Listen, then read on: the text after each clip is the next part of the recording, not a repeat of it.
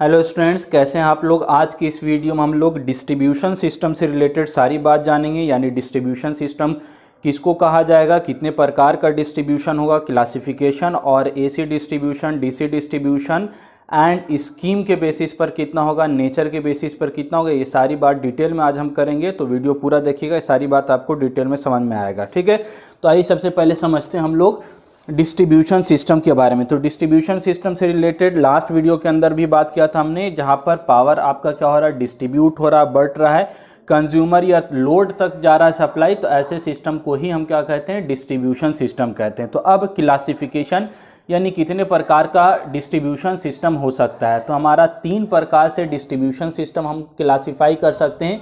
इस पर फोकस बाद में कीजिएगा, पहले यहाँ पर थोड़ा समझ लीजिए हम लोग डिस्ट्रीब्यूशन सिस्टम को कितने पार्ट में डिवाइड कर रहे हैं, क्लासीफाई कर रहे हैं। तो डिस्ट्रीब्यूशन सिस्टम को 3 पार्ट के अंदर क्लासीफाई किया जाता है, बांटा जाता है। एक तो हमारा नेचर ऑफ करंट, यानी करंट का नेचर प्रकृति किस प्रकार का है उसके आधार पर। दूसरा आपका टाइप ऑफ कंस्ट्रक्शन और तीसरा स्कीम ऑफ कनेक्शन के आधार पर आपका डिस्ट्रीब्यूशन सिस्टम को क्लासीफाई करते हैं।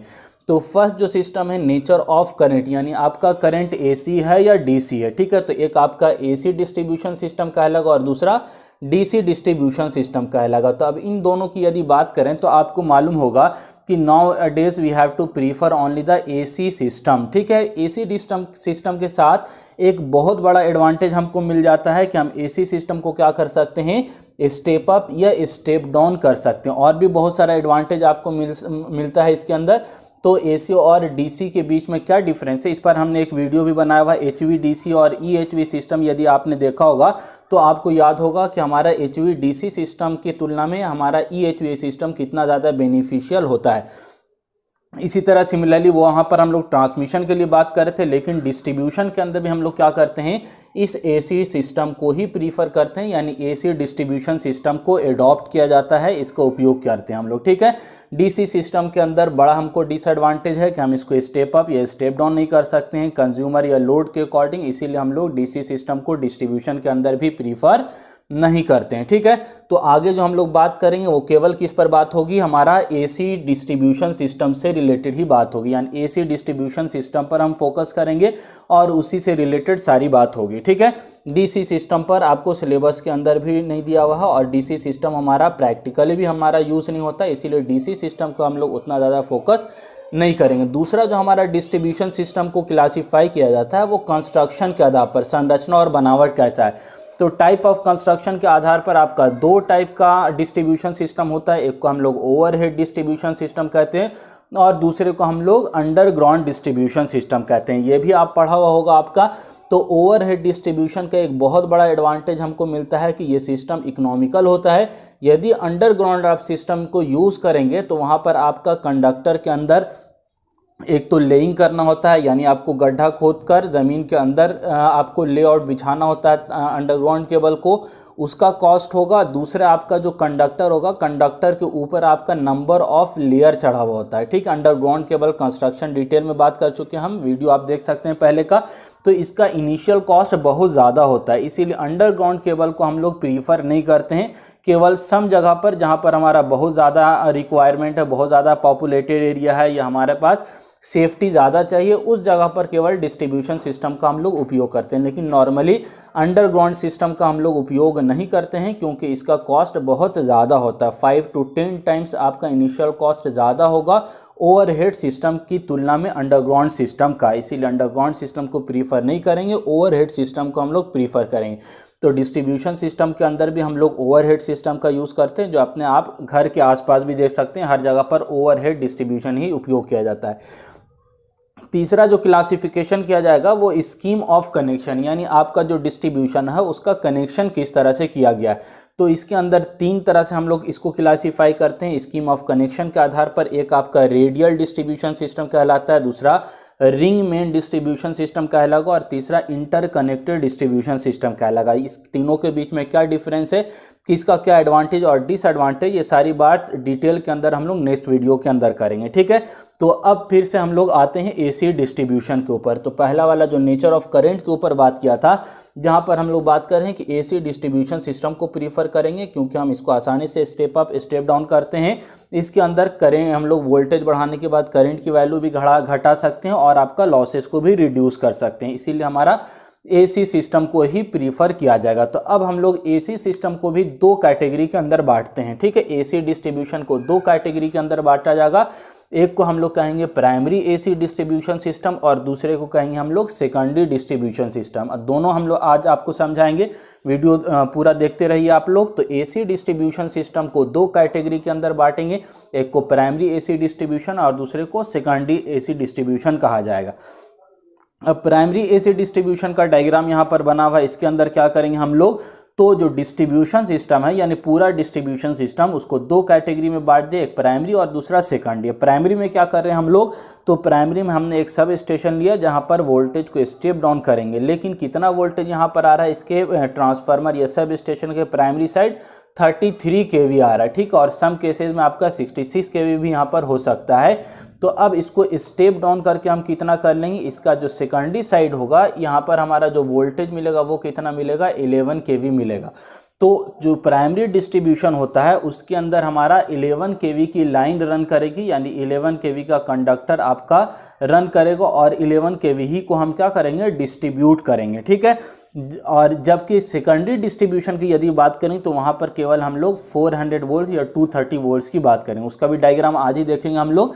लेकिन अभी सिर्फ समझिए कि प्राइमरी डिस्ट्रीब्यूशन के अंदर कितना वोल्टेज की बात हो रही है, 11 kV जनरली रन करता है, इससे कम भी हो सकता है। सम केसेस में आपका 6.6 kV की लाइन भी रन कर सकती है या 3.3 kV की लाइन भी रन कर सकती है, लेकिन मोस्टली हम लोग जो यूज़ करते हैं वो 11 kV की लाइन को हम रन कराते हैं। ठीक है,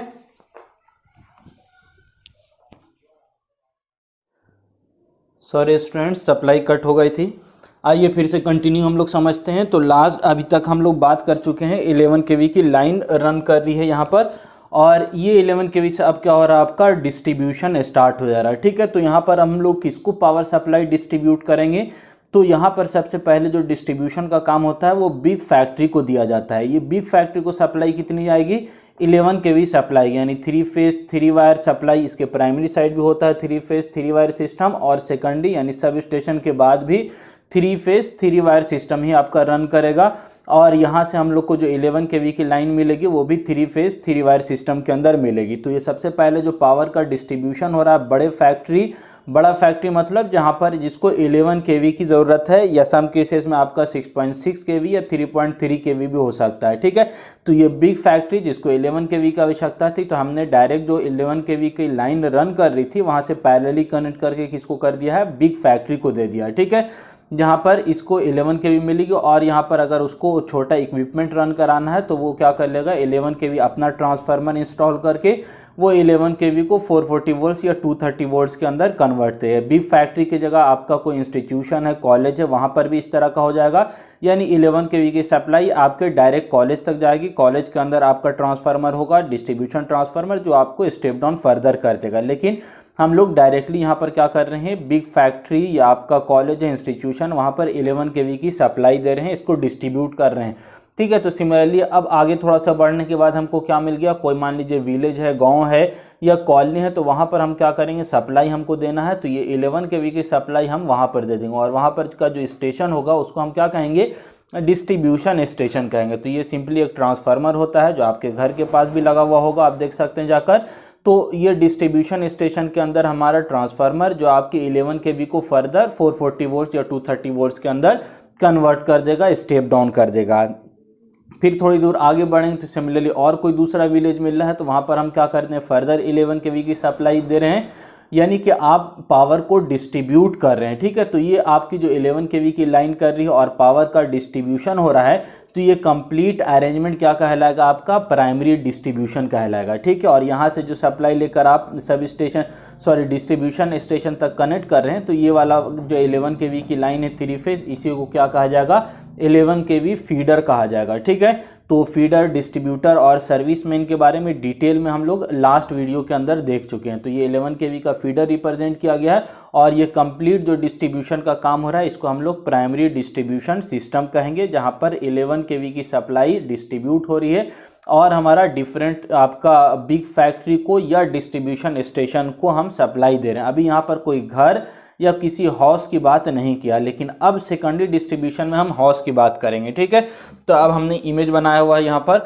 बोर्ड पर। अब यहाँ पर ध्यान से देखिए सेकेंडरी डिस्ट्रीब्यूशन सिस्टम में क्या क्या हो रहा है और डायग्राम को समझिए। तो फिर यहाँ पर अब 11 kV जो पहले बात हो रही थी, यहाँ पर बात कर रहे थे डिस्ट्रीब्यूशन स्टेशन पर, तो अब यहाँ से आगे क्या होगा, डिस्ट्रीब्यूशन स्टेशन के बाद वो आपका क्या कहलाएगा, सेकेंडरी डिस्ट्रीब्यूशन कहलाएगा। ठीक है, तो हमारा ये 11 kV, सॉरी यहाँ पर न्यूट्रल नहीं, हमारा 3 फेज सप्लाई आएगा। इसके प्राइमरी साइड आपका डिस्ट्रीब्यूशन स्टेशन के primary side 3 phase 3 wire system होगा, लेकिन हमारा डिस्ट्रीब्यूशन स्टेशन के सेकेंडरी साइड क्या होगा, हमारा 3 फेज 4 वायर सिस्टम होगा। ये इंपॉर्टेंट चीज़ है। अब तक जितनी भी बात होती है यानी ट्रांसमिशन हो या प्राइमरी डिस्ट्रीब्यूशन हो, वहाँ पर 3 फेज 3 वायर सिस्टम होता है, लेकिन सेकेंडरी डिस्ट्रीब्यूशन की ये विशेषता है कि यहाँ पर 3 फेज 4 वायर सिस्टम होता है। ठीक है, तो सबसे पहले तो वोल्टेज रेटिंग समझ ली। इससे पहले डिस्ट्रीब्यूशन स्टेशन से पहले आपका 11 kV की लाइन रन करी, यानी 11 kV का ये फीडर हो गया। लेकिन अब जो यहाँ से डिस्ट्रीब्यूशन स्टार्ट होगा, यहाँ से आपको 440 वोल्ट या 400 वोल्ट या 230 वोल्ट ही आपको मिलेगा। ठीक है, तो 230 वोल्ट और 400 वोल्ट कहाँ पर मिलेगा, तो किसी भी दो line R Y B and N, यहाँ पर आपका 3 फेज 4 वायर है, यानी आर वाई बी आपका 3 फेज हो गया और चौथा वायर आपका न्यूट्रल है, तो 3 फेज और आपका फोर्थ वन न्यूट्रल हो गया, तो टोटल आपका 4 वायर हो गया और फेज कितना है, 3 फेज है, आर वाई बी।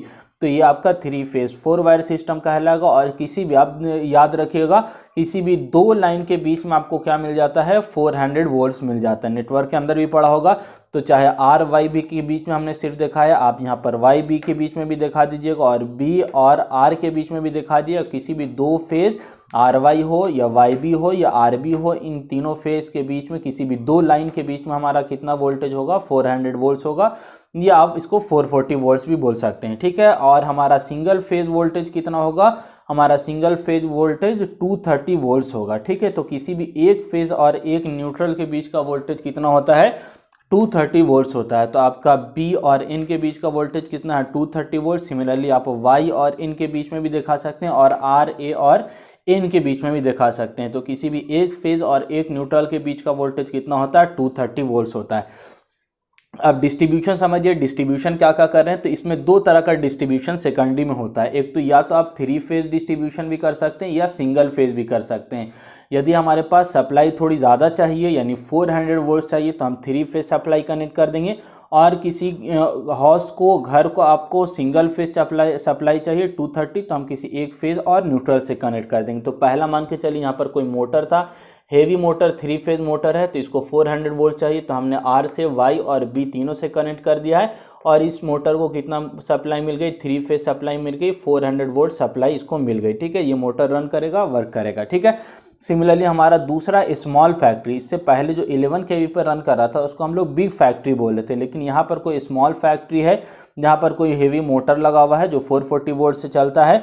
तो ये स्मॉल फैक्ट्री को भी 3 फेज सप्लाई चाहिए, तो हमने क्या कर दिया, आर वाई और बी से कनेक्ट कर दिया है। ये इस स्मॉल फैक्ट्री को आपको 3 फेज सप्लाई मिल जाए और 3 फेज कितना मिल रहा है यहाँ पर, 400 वोल्ट्स इसको मिलेगा। ठीक है, तो आपको 400 वोल्ट्स किसी स्मॉल फैक्ट्री को चाहिए तो तीनों फेज से कनेक्ट कर लेगा और इसको 440 वोल्ट्स या 400 वोल्ट सप्लाई मिल जाएगी। ठीक है, लेकिन घर की बात करें तो घर यहाँ पर हाउस 1 हमने दिखाया, तो हाउस 1 मान के चलिए फेज बी और एक न्यूट्रल से कनेक्ट कर दिया, तो किसी भी एक फेज और न्यूट्रल से कनेक्ट कर दिया, तो इसको सप्लाई कितनी मिल जा रही है, 230 सप्लाई मिल जा रही है और ये हाउस के अंदर सारा अप्लायंसेस आपका काम कर लेगा। सिमिलरली कोई दूसरा फेज था आपका, तो हमने पहला यहाँ पर देखिए बी फेज से कनेक्ट किया हुआ है और कोई ज़रूरी नहीं किसी एक ही फेज से कनेक्ट किया, आप किसी भी फेज से कनेक्ट कर सकते हैं। तो ये हाउस 2 आपका हमने किससे दिखाया है, आर फेज से कनेक्ट कर रखा है और दूसरा न्यूट्रल से हमने कनेक्ट दिखाया, तो हाउस 2 को भी सप्लाई मिल गई। सिमिलरली तीसरा अगर हाउस है हाउस 3 यहाँ पर है, तो हाउस 3 को सप्लाई कहाँ से हमने दे दिया है, एक वाई फेज से कनेक्ट कर दिया और दूसरा न्यूट्रल से कनेक्ट कर दिया, तो हाउस 3 को भी सप्लाई मिल जाएगी।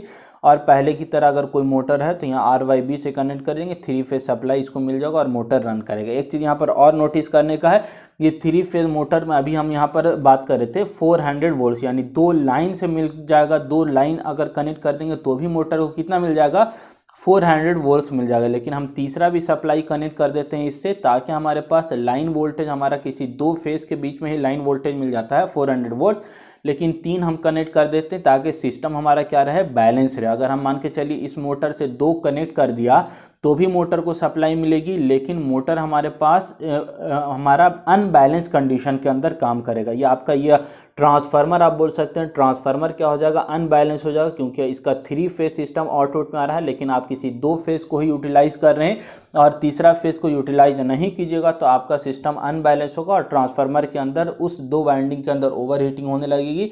तो इसलिए कभी भी क्या करते हैं हम लोग, कोई 3 फेज मोटर है तो तीनों फेज से कनेक्ट करते हैं, किसी केवल 2 फेज से कनेक्ट नहीं करते हैं। दूसरा बात कि हम लोग सिंगल फेज सप्लाई देते हुए समय भी हम लोग लोड का ध्यान रखते हुए, अगर हम मान के चलिए अगर सिर्फ तीनों घर को अगर हम R फेज से ही कनेक्ट कर देंगे तो क्या होगा, मोटर के अंदर इस फेज के अंदर ओवर हीटिंग होने लगेगी और मोटर का वो वाइंडिंग R फेज वाली वाइंडिंग डैमेज हो जाएगी, जल जाएगी। ठीक है, तो इसीलिए हम लोग को क्या करना होता है, बैलेंस कंडीशन देखते हुए काम करना होता है, यानी R फेज से भी कुछ घर कनेक्ट करेंगे, Y से भी कनेक्ट करेंगे और B से भी कनेक्ट करेंगे, इस तरह से कि तीनों लोड हमारा लगभग बराबर रहे और ट्रांसफार्मर हमारा प्रॉपरली वर्क करे। ठीक है, आई होप आपको ये प्राइमरी और सेकेंडरी डिस्ट्रीब्यूशन दोनों समझ में आया होगा। अगर हमारे इस चैनल पर नए हैं तो इसको सब्सक्राइब कीजिए, वीडियो को लाइक कीजिए एंड अपने फ्रेंड को शेयर कीजिए और आप कमेंट बॉक्स के अंदर बताइए वीडियो आपको कैसा लगा। Thank you.